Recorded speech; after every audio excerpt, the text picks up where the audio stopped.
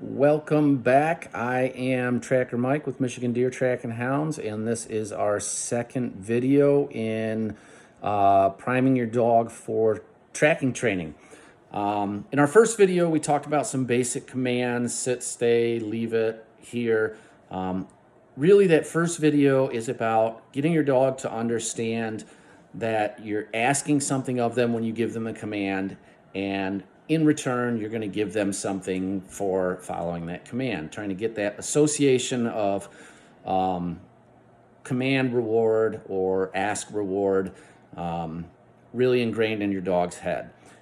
In this video, we're going to talk about some scent theory and beginning to get your dog accustomed to associating scent itself with food reward. I guess we have to talk about first the scents of a deer that we're going to be focusing on for the purposes of tracking, because there's a number of scents that a dog may smell. They could smell the hair, the dander, they could smell blood, they could smell saliva, they could smell the preorbital gland, the tarsal gland, the interdigital gland, the disturbance in the ground scent itself. But for this purpose, we're going to focus on developing the association of deer leg scent. It's my preferred method of training.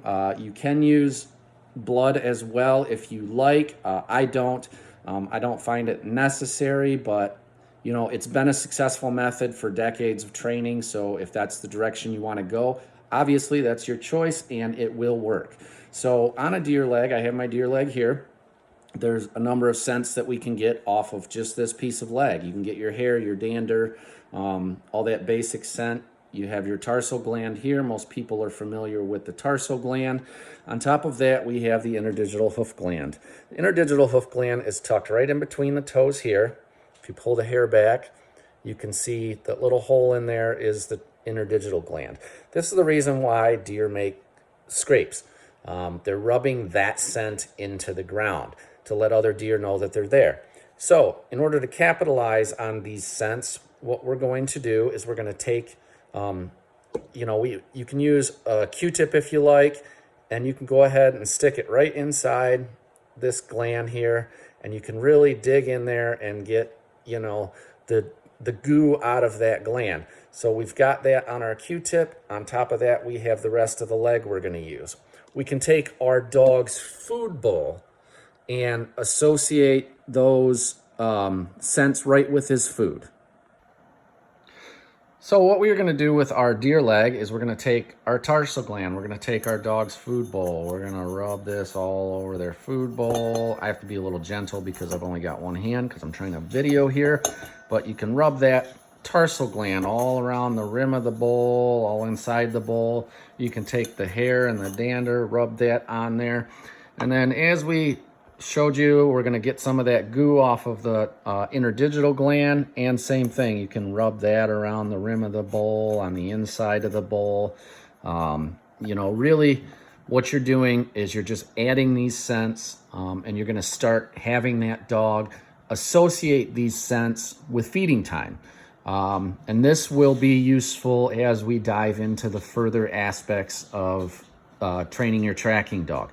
But this is a great way to start.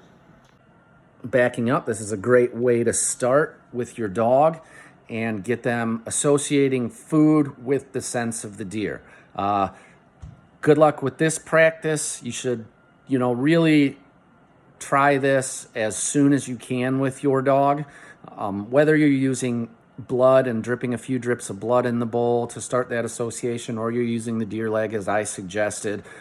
Really the goal here is just to start getting that dog to associate the scents that we're trying to get them to follow with food and feeding time. It'll be beneficial in the weeks to come as you develop your dog's tracking abilities and we move deeper into the intricacies of training a tracking dog. So good luck with that. I would do this every feeding time, some sort of scent associated with their food bowl, just to get them accustomed to smelling that smell and food. So good luck, have fun, and we look forward to you in our next video.